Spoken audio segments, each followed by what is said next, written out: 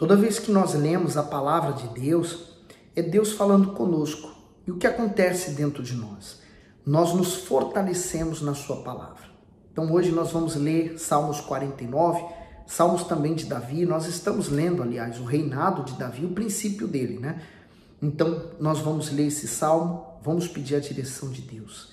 Senhor, meu Deus, que o Senhor direcione a nossa meditação e fale conosco através desses textos de salmos. Eu tenho certeza que assim como o Senhor inspirou a Davi a escrevê-los, e hoje eles falam tão forte conosco, eles venham falar forte também com essa pessoa que está acompanhando comigo essa meditação. Em nome de Jesus. Amém.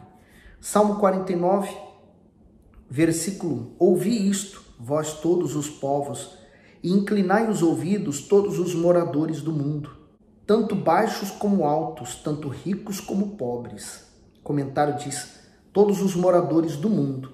Assim como a salvação é um privilégio acessível, tanto aos pobres quanto aos ricos, as necessidades espirituais são comuns a todos. Por isso Deus providencia meios para que a sua palavra alcance todos os povos, de todas as camadas sociais. E sabe o que é interessante? A fé, ela não está restrita a somente quem é rico. Ela está restrita a qualquer pessoa que se interesse em ler a palavra de Deus.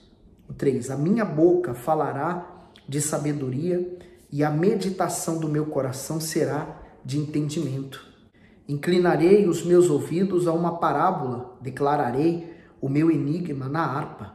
Por que temerei eu nos dias maus, quando me cerca a iniquidade dos que me armam ciladas, aqueles que confiam na sua fazenda e se gloriam na multidão das suas riquezas? O comentário daqui diz, o salmista chama a atenção do mais nobre e do mais simples com respeito a quem devemos temer e confiar. Há quem cometa a insensatez de confiar em suas riquezas ou se vangloriar por seus conhecimentos. No entanto, perde o seu precioso tempo com as ilusões deste mundo e despreza a oportunidade de buscar aquele que realmente tem poder para redimir a vida e salvar a alma da destruição eterna. Então, ele fala, quem temerei no dia mau? Porque o dia mau vem para todo mundo. Nós temos que estar preparado para ele. Nós nos preparamos para o que é bom, mas nunca para o que é mau. E nós nos preparamos para o que é mal através da palavra de Deus que nos fortalece. O 7.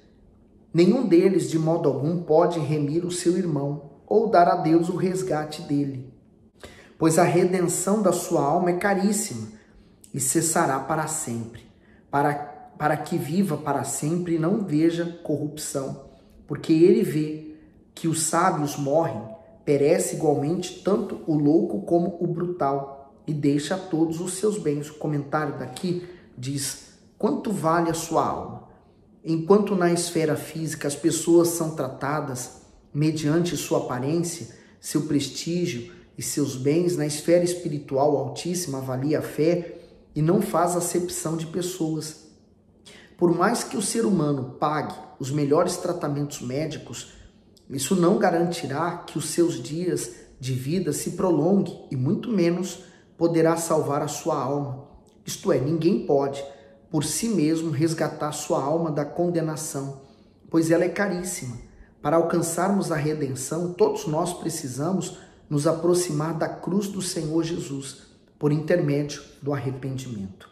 Então, ele, o Senhor Jesus, ele pagou um alto preço para nos resgatar. Ele nos comprou do pecado. No 11. O seu pensamento interior é que as suas casas serão perpétuas e as suas habitações de geração em geração. Dão às suas terras os seus próprios nomes. Todavia o homem que está em honra não permanece, antes é como os animais que perecem. Esse caminho deles é a sua loucura, contudo a sua posteridade aprova as suas palavras. Como ovelhas são postos na sepultura, a morte se alimentará deles e os retos terão domínio sobre eles na manhã, e a sua formosura se consumirá na sepultura, a habitação deles. Mas Deus remirá a minha alma do poder da sepultura, pois me receberá. De fato, né? Quando nós morremos, o corpo vai ser enterrado, mas a alma não. A alma tem um destino. Quando nós fomos lavados e remidos pelo sangue do Senhor Jesus, a nossa alma encontra a salvação. 16. Não temas quando alguém se enriquece, quando a glória da sua casa se engrandece, porque quando morrer, nada levará consigo, nem a sua glória o acompanhará. Ainda que na sua vida ele bendisse a sua alma, e os homens te louvarão quando fizeres bem a ti mesmo. Irá para a geração de seus pais, eles nunca verão a luz. O homem que está em honra e não tem entendimento é semelhante aos animais que perecem. Sabe, eu lembrei da história do rico e Lázaro, né? O rico também, ele tinha poder, ele tinha fartura, ele tinha uma vida gloriosa aqui na terra, né? Mas nada disso valeu quando ele morreu, porque quando ele estava, então a alma dele estava no inferno, ele estava sendo atormentado. E aí ele pede para que Abraão viesse pedir a Lázaro molhar a ponta do seu dedo para refrescar-lhe a língua. E Lázaro, que foi aquele mendigo à sua porta, que não teve nada de bom na terra, viveu uma vida desprezada, pelo contrário, ele agora, depois da morte, estava no paraíso e em prazer eterno. Então essa é a diferença, né? Aqueles que confiam no poder terreno e aqueles que se entregam de fato a Deus. O comentário diz assim: nada levará consigo. O rico pode ser admirado, ter prestígio e influência, mas a morte vem para ele como vem para o pobre. E todas as suas riquezas e o seu poder não acompanharão. Se durante a vida o rico ignorou a fé, ele vive como um tolo sem entendimento da realidade. A única riqueza que levamos para a eternidade é a fé no Senhor Jesus. Somente quem vive com perspectiva da salvação não teme a nada, nem mesmo a morte. Os salmos eram também canções. Inclusive, esse Salmo 84, ele é uma inspiração para uma música chamada Teus Altares. Você já deve ter ouvido ela na igreja. Vamos meditar então. Salmo 84, versículo 1. Quão amáveis são os teus tabernáculos, Senhor dos exércitos. A minha alma está desejosa e desfalece pelos átrios do Senhor. Meu coração e a minha carne clamam pelo Deus vivo. O comentário do 1 e 2. A alegria de estar perto do Senhor. O salmista desejava ardentemente desfrutar do livre acesso à presença do Altíssimo, do templo, ainda que fosse apenas nos átrios, pois tinha necessidade física e espiritual dessa comunhão com Ele. Isso significa que, para aquele que ama fazer a vontade divina, estar em comunhão com Deus vale muito mais do que toda beleza, toda riqueza, todo brilho, todo prazer que o mundo apresenta. Não há lugar melhor para estar do que na sua presença. Quer dizer, Davi, ele tinha fugido de Saul há muito tempo, ele estava longe do tabernáculo, né? Havia um lugar onde se adorava a Deus. E então ele tinha essa necessidade, ele tinha esse desejo de voltar lá, aquele lugar de adoração. Hoje existem igrejas em todos os lugares. Onde a pessoa vai, por exemplo, a Igreja Universal, ela está aberta em vários lugares. Às vezes até perto da casa da pessoa, e ela despreza ir à casa de Deus. Ela acha assim, eu tenho Deus comigo, onde eu oro, Deus me ouve. Quer dizer, a sensação de que ela está tudo bem. E quando a pessoa está assim, é porque ela já se afastou e ela mesma não percebe isso. Por mais que você diga a ela que ela se afastou, ela não vai entender. No 3. Até o pardal encontrou casa e a andorinha ninho para si, onde ponha seus filhos, até mesmo nos teus altares, Senhor dos exércitos, Rei meu e Deus meu. O comentário diz, o pardal e a andorinha tinham liberdade de fazer seus ninhos bem próximo ao santuário. Mas existe a possibilidade também de esse versículo se referir aos sacerdotes que tinham o privilégio de morar nas dependências do templo. O salmista entendia que a verdadeira segurança estava no altar do Deus vivo, onde ali oferecia sua fé e seus sacrifícios. O 4. Bem-aventurados os que habitam em tua casa, louvar-te-ão continuamente. O comentário diz, em tua casa. O salmista desejava estar na casa de Deus para manifestar sua fé e sua adoração a Ele, e não para simplesmente resolver seus problemas. Aqueles que conhecem o valor da presença do Altíssimo fazem dela o seu tesouro. Por serem ávidos por sua presença, não medem esforços para tê-la cada vez mais. Diante disso, são felizes e crescem na fé. Em contrapartida, há os que são fracos e débeis espiritualmente porque desprezam esse privilégio, isto é, estão mais interessados nas bênçãos do que no abençoador. É uma bem-aventurança, de fato, você trabalhar na obra de Deus, mas às vezes a pessoa também pode pensar assim, que pelo fato dela fazer a obra de Deus já está tudo certo. É uma grande ilusão. O 6. Que passando pelo vale da Boca, faz dele uma fonte. A chuva também enche os tanques. O comentário daqui diz o vale de lágrimas. Os peregrinos que seguiam para Sião precisavam passar por um lugar chamado Vale de Baca. Esse nome se refere à grande quantidade de árvores de bálsamos encontrado ali que produzia e derramavam gotas desse líquido aromatizado. As chamadas gotas de lágrima deixavam o vale inteiramente perfumado. No entanto, embora o ambiente fosse agradável ao olfato, era escasso em água. Em alguns casos, os peregrinos encontravam poços com água de chuva armazenada, mas em outros deveriam cavar no solo, extremamente árido, extenso e pedregoso. Isto é, para os peregrinos chegarem a Sião, deveriam primeiro passar por esse difícil acesso, a fim de encontrarem fontes que garantissem força e sustento até alcançarem o seu destino. Da mesma forma, como peregrinos neste mundo, enfrentamos o nosso vale de lágrimas, ou seja, situações de dor que exigem grande esforço e fé para serem vencidas. Apesar desses momentos serem desagradáveis para a carne, são verdadeiros mananciais para o espírito, pois produzem confiança, força e sabedoria necessária para nos fazer chegar à nossa Sião espiritual, à salvação da nossa alma. E aí eu até complemento o que o bispo falou. A pessoa que não enfrenta lutas, ela se torna muito fraca. É fácil seguir Jesus sem lutas, né? Mas eu não acredito que essa pessoa que segue a vida sem lutas, ela consiga alcançar a salvação. Porque aqui na terra é muito fácil você se esquecer de Deus, de você ocupar seu tempo com muitas coisas e menos com Deus. É muito fácil você aqui na terra fazer outras prioridades que não seja Deus. Então, quando vem as lutas nos faz lembrar que nós precisamos estar sempre dependendo de Deus. No 7, vão indo de força em força, cada um deles em Sião aparece perante Deus. O comentário do 7, de força em força.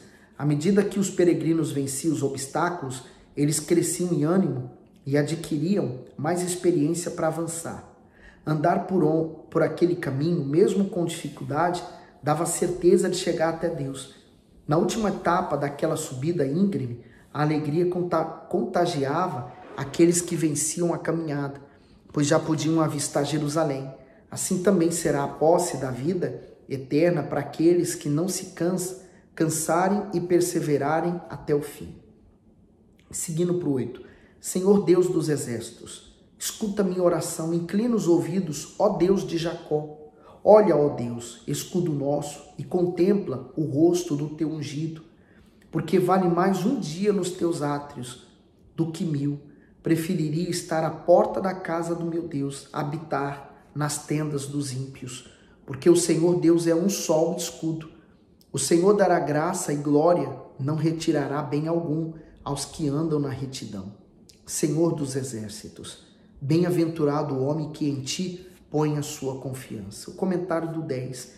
Um dia nos teus átrios, um peregrino sacrifica feliz um longo período de caminhada para passar um único dia no pátio do templo e ali vislumbrar suas portas, já que o acesso era permitido apenas aos sacerdotes.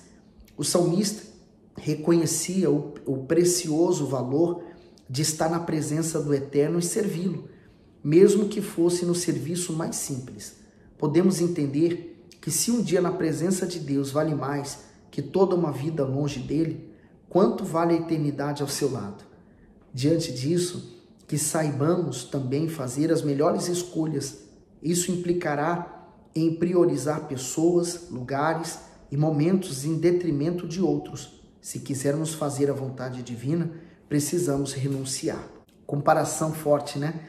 Quer dizer, ele preferia estar um dia ali do que 1000 dias longe de Deus. Assim, tem muita gente que elas vivem longe de Deus e elas não se importam com isso. Salmo 85.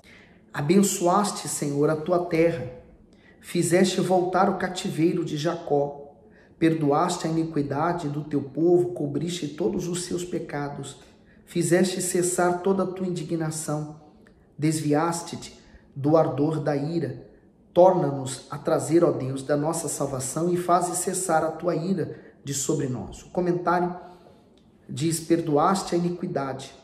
As aflições de Israel estavam associadas diretamente à sua desobediência ao Altíssimo.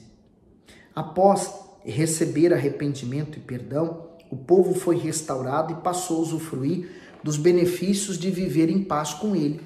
Nos dias atuais, muitas são as pessoas que atribuem seus problemas a terceiros, ao acaso ou à má sorte. No entanto, a raiz do mal que atinge sua vida está em desprezar a vida espiritual. Quando o ser humano se volta para o eterno, sua vida é renovada e edificada sobre ele. O que é a ira no fundo? É a pessoa que não tem paz com Deus. Porque ela vive no pecado, então ela continua cheia de conflitos. Quando há o arrependimento e ela entrega a vida a Jesus, então essa ira cessa e ela passa a viver na graça e na misericórdia de Deus. Acaso estarás sempre irado contra nós? Estenderás a tua ira a todas as gerações? Não tornarás a vivificar-nos para que o teu povo se alegre em ti? Mostra-nos, Senhor, a tua misericórdia, concede-nos a tua salvação. Escutarei o que Deus, o Senhor, falar, porque falará de paz ao seu povo e aos santos, para que não voltem à loucura. Certamente que a salvação está perto daqueles que o temem, para que a glória habite na nossa terra. O comentário do 9 diz: a base da vida é o temor. O Altíssimo tem prazer na pessoa que o teme. Ele se encontra próximo a ela para que não somente experimente livramentos terrenos, mas também receba a salvação. Então, vencedor não é o que chega em primeiro lugar. Isso é aqui na terra, mas no reino de Deus, o vencedor é o que chega até o final. E sabe qual é o combustível que a pessoa se sente capaz de chegar até o final? É o temor. O 10. A misericórdia e a verdade se encontraram, a justiça e a paz se beijaram. O comentário diz: a misericórdia e a verdade andam juntas. Muitos veem na misericórdia do Altíssimo uma licença para se inclinar à carne e pecar, ou mesmo se manter acomodado a um baixo padrão espiritual. Confiar no entendimento distorcido de que não precisam fazer nenhum tipo de renúncia para a conquista da salvação. Além disso, vivem uma vida religiosa às margens da verdadeira obediência. O objetivo da compaixão divina é conceder ao ser humano condições de chegar à presença de Deus e de viver em comunhão com Ele. Somente assim, os seus propósitos poderão se cumprir em sua vida.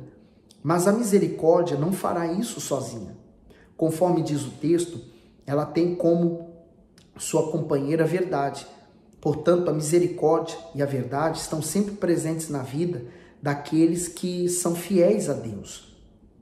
Estes honram sua aliança com Ele, cumprem os compromissos assumidos com o seu próximo e perseveram na fé. Na harmonia desses atributos divinos, o resultado é a justiça e a paz. É assim que se origina a autêntica espiritualidade de uma pessoa. Por isso que está em Romanos 6, do 1 ao 2, que diz: que diremos, pois? Permaneceremos no pecado para que a graça abunde? De modo nenhum. Nós que estamos mortos para o pecado, como viveremos ainda nele? Porque havia um falso entendimento naquela época de que a pessoa deveria viver um tempo no pecado para poder alcançar a graça e o arrependimento de Deus. Lá no 15, como ele disse, no 14:15, Ele diz, porque o pecado não terá domínio sobre vós, pois não estáis debaixo da lei, mas debaixo da graça. Pois que pecaremos porque não estamos debaixo da lei, mas debaixo da graça? De modo nenhum. Então não podemos usar de desculpa para cometer pecados e falar assim, não, eu precisava pecar para poder ter o arrependimento. É nulo. O 11, a verdade brotará da terra e a justiça olhará desde os céus. Também o Senhor dará o que é bom e a nossa terra dará o seu fruto. A justiça irá diante dele e nos porá no caminho das suas pisadas. Comentário do 11, conexão entre o céu e a terra. A verdade ou a sinceridade do ser humano para com Deus atrai a fidelidade celestial para a sua vida. Isto é, o Altíssimo reage àquilo que o homem lhe apresenta. Se ele oferecer fé, receberá justificação espiritual e justiça terrena. A verdade sempre vai prevalecer contra a mentira. Agora, Salmo 87, a gente encerra o vídeo com esse salmo. O seu fundamento está nos montes santos. O Senhor ama as portas de Sião mais do que todas as habitações de Jacó. Coisas gloriosas se dizem de ti, ó cidade de Deus. E o comentário de Sião ou Jerusalém, a cidade fundamentada por Deus. Foi o único lugar onde Deus colocou o seu nome e a sua presença. Feitos gloriosos são relacionados a essa cidade, pois dela saía a instrução e a justiça divina para o restante da terra. Sião foi construída sobre os montes para receber no cume do Monte Moriá o santuário, isto é, a morada de Deus entre os seres humanos. Eu já fui em Israel e, de fato, quando você está em Jerusalém, você vê os montes ao seu redor. Você também, quando vai ao Monte Sião, você vê os montes ao redor e você fica imaginando ali Deus se manifestou para Abraão, se manifestou para aquele povo. É muito forte, né? Só de imaginar que você está no lugar em que Deus se manifestou é muito glorioso. Agora imagine, por exemplo, Deus desceu no Monte Carmelo, no Sinai, lugares em que Deus manifestou a presença dele. É muito bom. 4. Farei menção de Raabe e de Babilônia, aqueles que me conhecem. Eis que da Filístia e de Tiro e da Etiópia se dirá, este homem nasceu ali. E de Sião se dirá, este e aquele homem nasceram ali, e o mesmo Altíssimo estabelecerá. O Senhor contará na descrição dos povos que este homem nasceu ali. Assim os cantores, como os tocadores de instrumento, estarão lá. Todas as minhas fontes estarão em ti. Primeiro, o comentário do 6 diz, nascido ali. Toda pessoa que tem o seu nome escrito no livro da vida será considerada nascida em Sião, a cidade santa. Ela receberá a justificação, a dignidade e o renome do Senhor Jesus, para ser uma morada da cidade eterna. Para receber tal privilégio no futuro, é indispensável viver na justiça divina, sacrificar suas vontades e suportar com fé as tribulações da vida. Até porque o que você vai conquistar, né, que seja prazeroso ou que dê trabalho, que depois não venha a ter gosto e que você não venha a dar valor? Porque se é algo que é dado e você não teve que lutar por aquilo, qual é o valor que você vai dar àquilo, né? Agora, o comentário do 7. As minhas fontes estão em ti. O Senhor Jesus é a fonte inesgotável de água viva que jorra justiça, alegria, paz, amor, saúde, prosperidade e, sobretudo, vida eterna. Seu manancial é espiritual e acessível a todos, mas enquanto Deus oferece graciosamente seu Filho como água cristalina, o diabo apresenta inúmeras fontes terrenas de água turvas e contaminadas como filosofias, religiões, vícios, penitências, múltiplos relacionamentos, promiscuidade, diversão desenfreada e etc. Esse tipo de água, além de fazer adoecer aquele que a ingere, causa humilhação e sofrimento, pois é oposta à água da vida, que limpa, cura, transforma interiormente e concede vida abundante, de dentro para fora. Jesus ofereceu essa água no final de uma festa. Quem tem sede, vem a mim e beba. Ele não exigiu que todos deveriam beber, mas apenas aqueles que tivessem sede. Quando a pessoa percebe que ela já tomou de todas as fontes desse mundo, nenhuma delas foi capaz de saciar Então ela busca na verdadeira fonte e acha a fonte da alegria, a fonte de paz, a fonte de esperança, a fonte de vida está em Jesus. Se você ainda não encontrou essa fonte, o que você está esperando? Ela está jorrando. Então, procure uma igreja, vá buscar Deus. Você tem essa oportunidade, tá bom? Que Deus continue abençoando e iluminando você. Deixe os seus comentários aqui embaixo. Dê o seu gosto e vamos firme permanecer em Sião, a cidade dos escolhidos, a Nova Jerusalém.